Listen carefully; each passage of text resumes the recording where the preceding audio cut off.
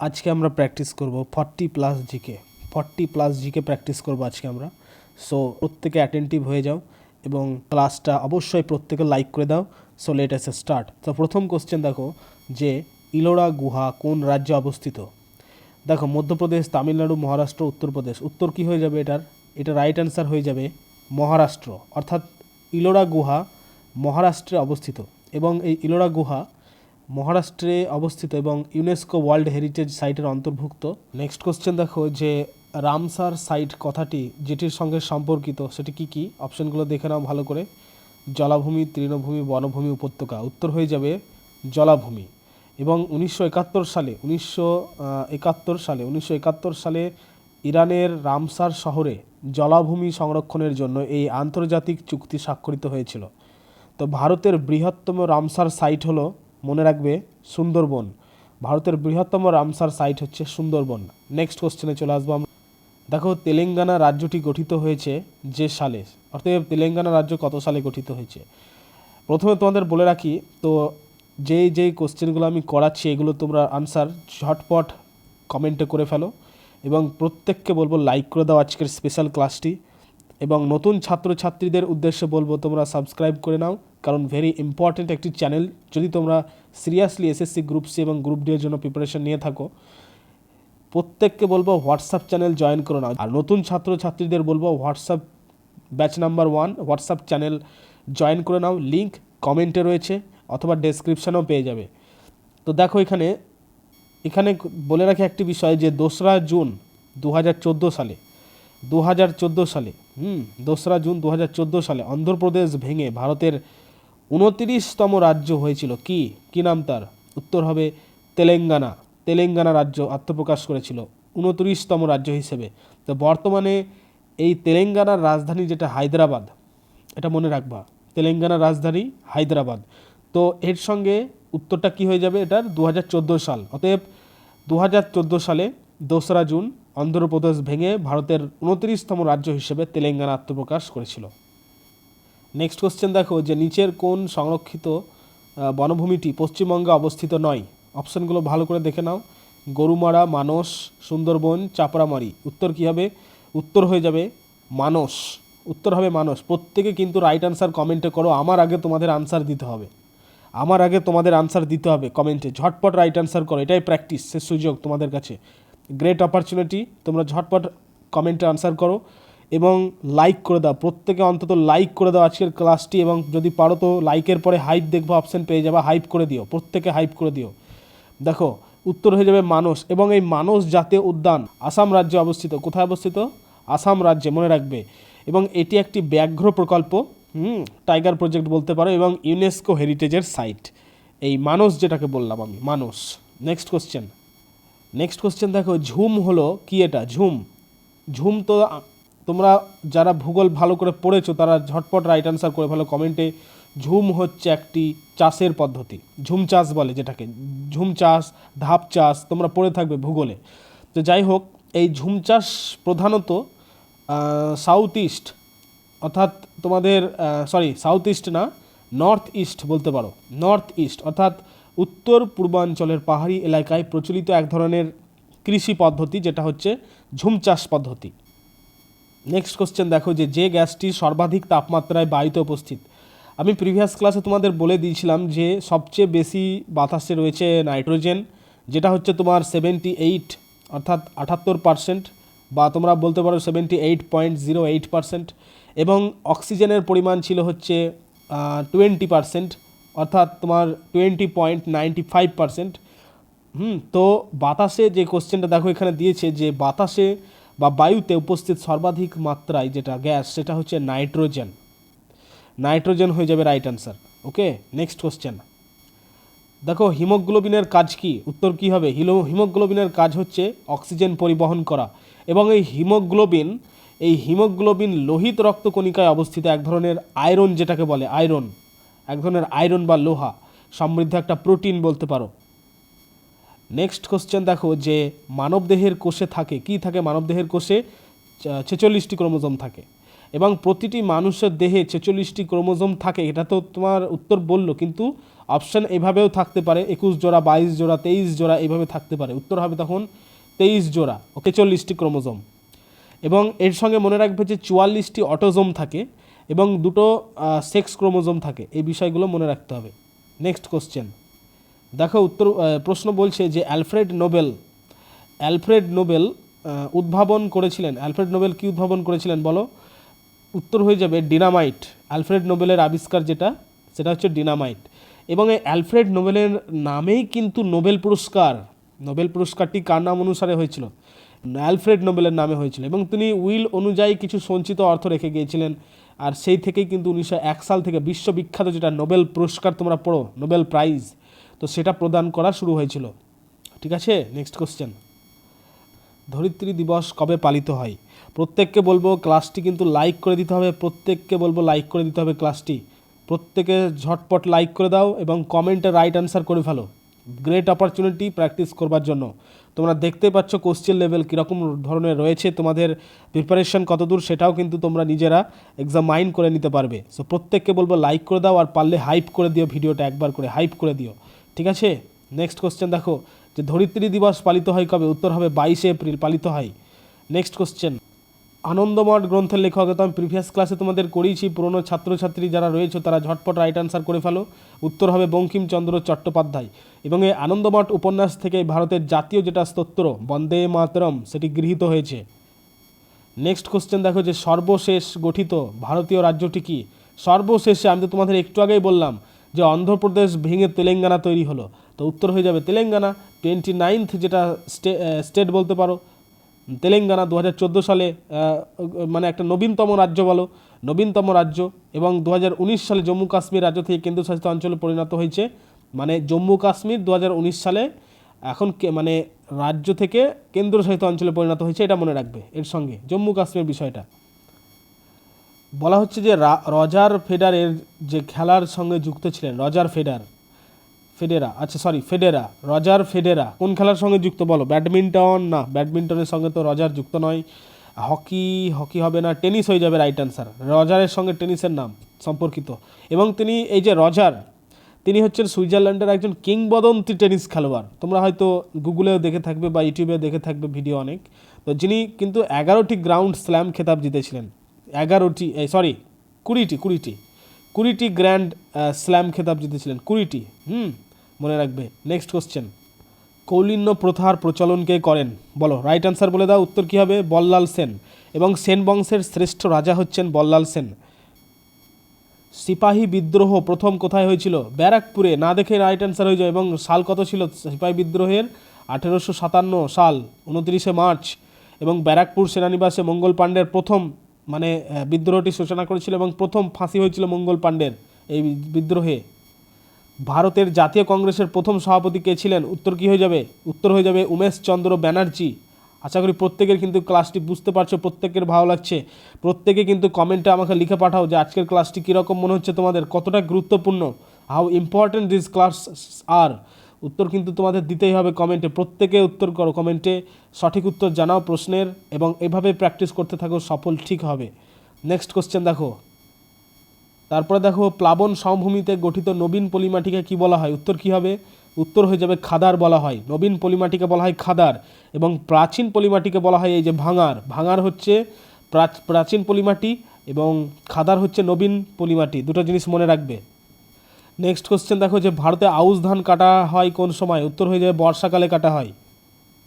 নিচের সংখ্যাগুলির মধ্যে কোনটি বিধিবদ্ধ প্রতিষ্ঠান নয়? উত্তর হয়ে যাবে নীতি আয়োগ। বিধিবদ্ধ প্রতিষ্ঠান নয় নীতি আয়োগ, অবিধিবদ্ধ সংস্থায়। নীতি আয়োগ হচ্ছে না, নীতি আয়োগটা হচ্ছে অসাংবিধানিক, যেটাকে বলা হয় আর কি, অবিধিবদ্ধ সংস্থা। 1 জানুয়ারি 2015 সালে এই সংস্থাটি কমিশনটির পরিবর্তে গঠিত হয়েছিল, এই পরিকল্পনাটি একটি। নেক্সট কোশ্চেন দেখো, জার্মান সিলভার সংকর ধাতুটি কপারের সঙ্গে আর কি থাকে? ধাতুতে থাকে জিঙ্ক আর হচ্ছে নিকেল। নেক্সট কোশ্চেন বলছে যে বেমানান শব্দটি চিহ্নিত করুন। তো চিহ্নিত করুন রাইট অ্যান্সার দিন কমেন্টে, প্রত্যেকে দিন। আমি প্রত্যেককে বলবো লাইক করুন ক্লাসটি, প্রত্যেককে বলবো লাইক করে দাও। দেখো উত্তর কী হয়ে যাবে? বেমানান শব্দ গেরুয়া হয়ে যাবে। কেন হবে? প্রশ্ন তো এটাই, কেন হবে গেরুয়া? উত্তর এবার শুনে নাও, ভালো করে মন দিয়ে শুনো। যেটা রেড, তারপরে হচ্ছে ব্লু, তারপর হচ্ছে গ্রিন, রেড ব্লু গ্রিন, এগুলোকে বলা হয় মৌলিক রং বা বর্ণালীর প্রধান রং এগুলো, কিন্তু গেরুয়া কিন্তু এগুলোর মধ্যে অন্তর্ভুক্ত নয়। রেড ব্লু গ্রিন এগুলো হচ্ছে বর্ণালীর প্রধান রং মানে মৌলিক রং, কিন্তু গেরুয়া রংটি নয়। ওকে, সেটা হচ্ছে বেমানান শব্দ। নেক্সট কোশ্চেন, ঝড় তুলে দাও কমেন্টে যে ভিক্টোরিয়া জলপ্রপাত যেখানে অবস্থিত মানে কোথায় অবস্থিত, প্রিভিয়াস ক্লাস আমি করেছি, উত্তর হয়ে যাবে আফ্রিকায় অবস্থিত এবং দক্ষিণ আফ্রিকার জামবেজি নদীর উপর অবস্থিত, যেটি হচ্ছে বিশ্বের বৃহত্তম জলপ্রপাত, সেটা হচ্ছে ভিক্টোরিয়া জলপ্রপাত। নেক্সট কোশ্চেন, চলো একদম রাইট অ্যান্সার করে ফেলো কমেন্টে, কারণ প্রিভিয়াস ক্লাসে বা হোয়াটসঅ্যাপ চ্যানেলেও আমি তোমাদের প্র্যাকটিস করিয়েছি। স্বরাজ আমার জন্মগত অধিকার, এটা কে বলেছেন? উত্তর হয়ে যাবে বাল গঙ্গাধর তিলক। এবং এই তিলককে কিন্তু লোকমান্য উপাধি দেওয়া হয়েছিল, এটা মনে রাখবে, লোকমান্য উপাধি দেওয়া হয়েছিল। এবং তিনি কেশরী ও মারাঠা পত্রিকার সম্পাদক ছিলেন। কোন দুটো পত্রিকার নাম বললাম? কেশরী পত্রিকা ও মারাঠা পত্রিকা। নেক্সট কোশ্চেন দেখো যে কড লিভার তেল যে খাদ্যগুণে সমৃদ্ধ, উত্তর কী হবে? কড লিভারে থাকে ভিটামিন এ আর হচ্ছে ভিটামিন ডি, এবং এই কড লিভার মানে এই তেল মাছের যকৃৎ থেকে পাওয়া যায়, যা হাড় শক্ত করতে এবং দৃষ্টিশক্তি বাড়াতে সাহায্য করে, যেহেতু এতে ভিটামিন এ ও ভিটামিন ডি দুটোই উপস্থিত। নেক্সট কোশ্চেন দেখো যে ফুসফুসের ঘিরে থাকা পর্দাটির নাম কি, উত্তর কী হয়ে যাবে? প্লুরা। এবং মনে রাখবে হৃৎপিণ্ডের তো মানে ফুসফুসকে ঘিরে থাকা পর্দার নাম তো প্লুরা, কিন্তু হৃৎপিণ্ডের যেটা আবরণী তাকে কি বলা হয়? তাকে কি বলা হয়? ঝটপট কমেন্টে রাইট অ্যান্সার করো যারা যারা জানো। হৃৎপিণ্ডের আবরণীকে বলা হয় পেরিকার্ডিয়াম। পেরিকার্ডিয়াম বলা হয়, পেরিকার্ডিয়াম বলা হয় হৃৎপিণ্ডের আবরণীকে। আর মস্তিষ্কের আবরণীকে কি বলা হয় বলো দেখি? মস্তিষ্কের আবরণীকে কি বলা হয়? মস্তিষ্কের আবরণী উত্তর হয়ে যাবে কি? মেনিনজেস।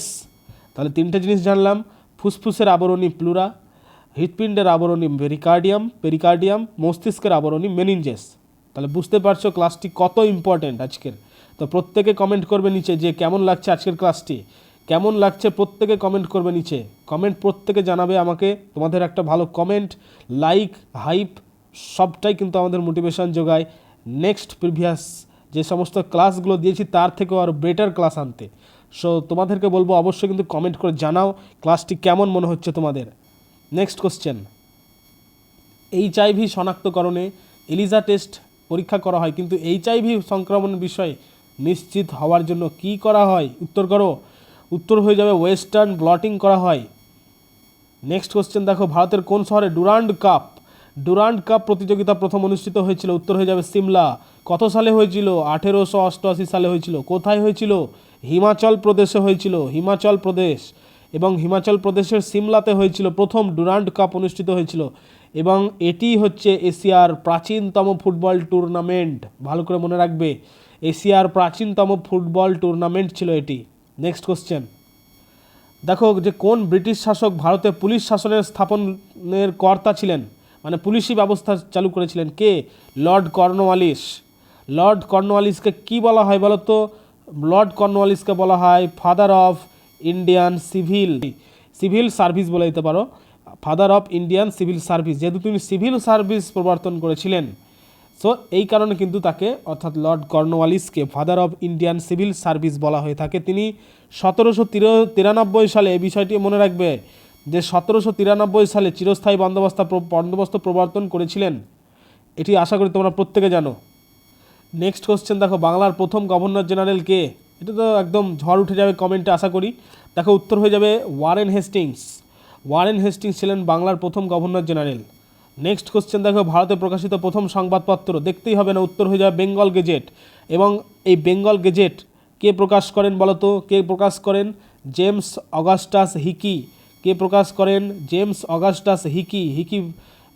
হিকির গেজেট বলা হয় বেঙ্গল গেজেটকে, আবার হিকিরও গেজেট বলা হয়, এটা মনে রাখবে, হিকির গেজেট বেঙ্গল গেজেটকে। কেন? যেহেতু এই পত্রিকার প্রকাশক হচ্ছেন অগাস্টাস হিকি। তো যাই হোক, কত সালে তিনি প্রকাশ করেছিলেন? 1780 সালে। 1780 সালে। প্রচুর ইনফরমেশান দিয়ে দিচ্ছি রেফারেল ডিসকাশনে, এগুলো যদি ভালো করে মাথায় সেট করে নাও পরীক্ষা একদম ইজি হয়ে যাবে তোমাদের কাছে, একদম 100% শিওর। তো যাই হোক, কোথা থেকে এটি প্রকাশ করেছিলেন তিনি? তো এটি কলকাতা থেকে প্রকাশ করেছিলেন। কোথা থেকে প্রকাশ করেছিলেন? কলকাতা থেকে। নেক্সট কোশ্চেন দেখো নীলদর্পণ নাটকের রচয়িতা, একদম ঝড় উঠে যাবে কমেন্টে, কারণ ইজি কোশ্চেন প্রত্যেকে প্র্যাকটিস করেছে হোয়াটসঅ্যাপ চ্যানেলে। দেখো উত্তর হয়ে যাবে নীলদর্পণ নাটকের রচয়িতা হচ্ছেন দীনবন্ধু মিত্র। দীনবন্ধু মিত্র, এবং এই নাটককে নীলকর সাহেবদের অত্যাচারের একটি কাহিনী বর্ণিত করা হয়েছে এই নাটকে। এবং এই নাটকের ইংরেজি অনুবাদ কে করেছিলেন আশা করি তোমরা জানো, কারণ প্রিভিয়াস ক্লাসে আমি বলেছি। উত্তর হবে Michael Madhusudan Dutta. Michael Madhusudan Dutta. Next question দেখো, বলছে যে স্বামী বিবেকানন্দ রামকৃষ্ণ মিশন তৈরি করেছিলেন কত সালে? উত্তর হয়ে যাবে 1897 সালে। এবং কোথায় করেছিলেন? বেলুড়ে তৈরি করেছিলেন। কত সালে তৈরি করেছিলেন? 1897 সালে। কোন মাসে তৈরি করেছিলেন? মে মাসে তৈরি করেছিলেন। একদম কিন্তু থরলি আমি বলে দিচ্ছি কত তারিখে? 1 মে। যাই হোক, নেক্সট কোশ্চেন। এই কোশ্চেনটা হয়তো অনেকের কাছে নতুন মনে হতে পারে, যারা ইতিহাস পড়েছে তাদের কাছে তো কিছুই না কোশ্চেনটা। আশা করি আমাদের পুরনো ছাত্রছাত্রীরা অবশ্যই এটার উত্তর পারবে। দেখো কমেন্টে রাইট আনসার করে ফেলো এতক্ষণে, যে যুদ্ধক্ষেত্রে রুমি কৌশল ব্যবহার করেছিলেন কে? উত্তর হয়ে যাবে বাবর। বাবর রুমি কৌশল ব্যবহার করেছিলেন। এবং 1526 সালে, 1526-এর যেটা তোমাদের বলেছি পানিপথের প্রথম যুদ্ধ, 1526, ভালো করে লিখে দিই, 1526 পানিপথের প্রথম যুদ্ধ। তো এই পানিপথের প্রথম যুদ্ধে বাবর এই অটোমান বা রুমি কৌশলের আরেক নাম কিন্তু অটোমান, মনে রাখবে অটোমান। তো এই রুমি কৌশল ব্যবহার করে কাকে পরাজিত করেছিলেন? ঝটপট রাইট আনসার করো কমেন্টে। কাকে পরাজিত করেছিলেন প্রথম যুদ্ধে, মানে পানিপথের প্রথম যুদ্ধে 1526-এর? ইব্রাহিম লোদিকে পরাজিত করেছিলেন, ইব্রাহিম লোদি। ওকে, নেক্সট কোশ্চেন দেখো, জিএমটি ও আইএসটি এর মধ্যে পার্থক্য হলো কত মিনিটের? জিএমটি মানে কি, আইএসটি মানে কি আমাদের জানতে হবে আগে। জিএমটি মানে হচ্ছে গ্রিনিচ মেন টাইম, আইএসটি মানে হচ্ছে ইন্ডিয়ান স্ট্যান্ডার্ড টাইম। ওকে, সো এখানে জিএমটি যেটা গ্রিনিচ মেন টাইম এবং আইএসটি অর্থাৎ ইন্ডিয়ান স্ট্যান্ডার্ড টাইম বা ভারতীয় প্রমাণ সময় বা হ্যাঁ, তো এর মধ্যে যেটা পার্থক্য সেটি হচ্ছে 5 ঘন্টা 30 মিনিট। অর্থাৎ যদি হিসাব করে দেখো তো 5 ঘন্টা এগিয়ে থাকে সবসময়। নেক্সট কোশ্চেন দেখো, যে ব্যাসল্ট শিলা গঠিত মাটির রং কি? বলো দেখি, ব্যাসল্ট শিলা গঠিত মাটির রং কি হবে? উত্তর হয়ে যাবে কালো রং। এবং এই কালো মাটি বা রেগুর মাটি তুলা চাষের জন্য কিন্তু অত্যন্ত উপযোগী। কী চাষ? তুলো চাষ। নেক্সট কোশ্চেন, চীন সাগরে সৃষ্টি হওয়া যে প্রবল ঘূর্ণিঝড় তাকে কি বলা হয়? চীন সাগরে, চীনের ঘূর্ণিঝড় মানে টাইফুন। প্রত্যেকে জানো আশা করি, টাইফুন। এবং এর সঙ্গে মনে রাখবে হ্যারিকেন কোথাকার ঘূর্ণিঝড়? বলো, হ্যারিকেন। হ্যারিকেন কোথাকার ঘূর্ণিঝড়?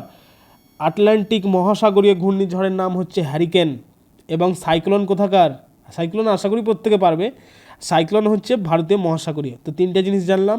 এক হচ্ছে চীন সাগরের সৃষ্টি হওয়া ঘূর্ণিঝড়কে বলা হয় টাইফুন, আটলান্টিক মহাসাগরের সৃষ্টি হওয়া ঘূর্ণিঝড়কে বলে হ্যারিকেন, এবং ভারত মহাসাগরীয় ঘূর্ণিঝড়কে বলা হয় সাইক্লোন।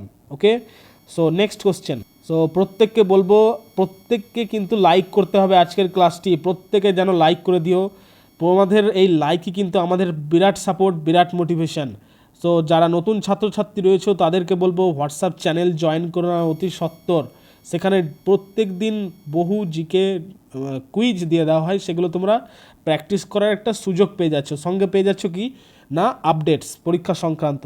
এটা তো যাই হোক, আমি আর বেশি কিছু কথা বলবো না, যেহেতু সময় চলে যাচ্ছে, বেশি টাইম ইজ স্পেন্ডিং। সো সময় চলে যাচ্ছে, অতিক্রম হয়ে যাচ্ছে। তো চলো দেখো, ডোলড্রামস। ডোলড্রামসের অর্থ কী? উত্তর কী হবে বলো তো? ডোলড্রামসের অর্থ হচ্ছে একটি শান্ত জলবায়ু অঞ্চল, তাকে বলা হয় ডোলড্রামস। ওকে, নেক্সট কোশ্চেন। মরীচিকার কারণ কি? মরীচিকার কারণ আশা করি প্রত্যেকে পারবে, কারণ প্রিভিয়াস ক্লাসে এটা দিয়েছিলাম যে আলোর অভ্যন্তরীণ পূর্ণ প্রতিফলন, এই বিষয়টা সম্পর্কে বলেছিলাম। তো মরুভূমিতে বালির উপরের স্তরের বায়ু বেশি উত্তপ্ত লঘু হওয়ায় এই আলোক বিভ্রমটা তৈরি হয়, অর্থাৎ এই মরীচিকার সৃষ্টি হয়।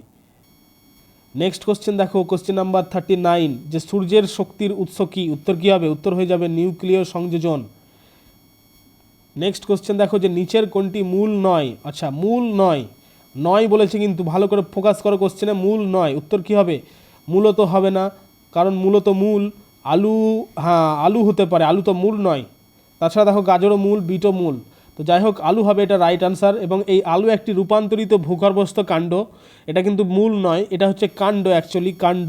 হ্যাঁ, তো যাই হোক, মূল, গাজর, বিট এগুলো হচ্ছে মানে মূলা, গাজর, বিট এগুলো হচ্ছে মূল। ওকে, রুটস যেটাকে বলে ইংরেজিতে, রুটস। তো যাই হোক, নেক্সট কোশ্চেন দেখো, ইউট্রোফিকেশন হলো এক ধরনের কি বলো তো? ইউট্রোফিকেশন মানেই হচ্ছে জলদূষণ, জলদূষণ। এবং জলাশয়ে ফসফেট ফসফেট ও নাইট্রেট জাতীয় সারের অধিক্যর ফলে শৈবালে অস্বাভাবিক যে বৃদ্ধি, শৈবালের বৃদ্ধি কিন্তু আমি বলেছি, শৈবালের যে অস্বাভাবিক বৃদ্ধি মানে অতিরিক্ত বৃদ্ধি, এর ফলেই কিন্তু ইউট্রোফিকেশন ঘটে থাকে। এর ফলে বহু মাছ মারা যায়, অনেক জলজ প্রাণী ক্ষয়ক্ষতি হয়। তো যাই হোক, ইউট্রোফিকেশনের সঙ্গে সম্পর্কিত হচ্ছে জলদূষণের। Next question, and this is the last question, যে বেমানান শব্দটি চিহ্নিত করো। তো চিহ্নিত করে নাও, রাইট অ্যান্সার করে দাও কমেন্টে। তো উত্তর হয়ে যাবে কি, দেখো বৃত্ত, ত্রিভুজ, বর্গক্ষেত্র, আয়তক্ষেত্র। ভালো করে দেখলে কিন্তু রাইট অ্যান্সার হয়ে যাবে, উত্তর হয়ে যাবে বৃত্ত। কেন হবে? কারণ ত্রিভুজ, বর্গক্ষেত্র আর হচ্ছে আয়তক্ষেত্র, এদের সরল রৈখিক একটা মানে সরল রৈখিক দ্বারা গঠিত এরা বহুভুজ। যেমন যদি ত্রিভুজ আঁকি, 3টে সরলরেখা নিয়ে তৈরি। যদি আমরা বর্গক্ষেত্র আঁকি, 4টি সরলরেখা নিয়ে তৈরি। আয়তক্ষেত্রের ক্ষেত্র মানে ক্ষেত্রেও ঠিক তাই, কিন্তু বৃত্তের ক্ষেত্রে দেখো কোনো সরল রৈখিক হচ্ছে না। তো যাই হোক, এইটা হচ্ছে কিন্তু বেমানান শব্দ, বৃত্ত। আশা করি ক্লিয়ার হয়ে গেছে প্রত্যেকের কাছে। তো যাই হোক, এখানেই ক্লাস শেষ করা হলো। তো প্রত্যেককে বলবো হোয়াটসঅ্যাপ চ্যানেল জয়েন করে নাও, আর নতুন ক্যান্ডিডেটদের উদ্দেশ্যে বলবো হোয়াটসঅ্যাপ চ্যানেল জয়েন করে নাও। লিঙ্ক কমেন্টে পিন করা রয়েছে, ডেসক্রিপশনে লিঙ্ক রয়েছে, এবং প্রত্যেককে বলবো লাইক করে দিও। নতুন ক্যান্ডিডেটসদের ক্ষেত্রে বলছি সাবস্ক্রাইব করে নাও, very important channel for you all. দেখো লাইক করতে হবে, আর যদি তোমরা পারো তো হাইপ করে দিও, একবার করে প্রত্যেকে হাইপ করে দিও, ঠিক আছে? তো যাই হোক, এখানে কিন্তু শেষ করে দিলাম আজকের ক্লাস। Thank you.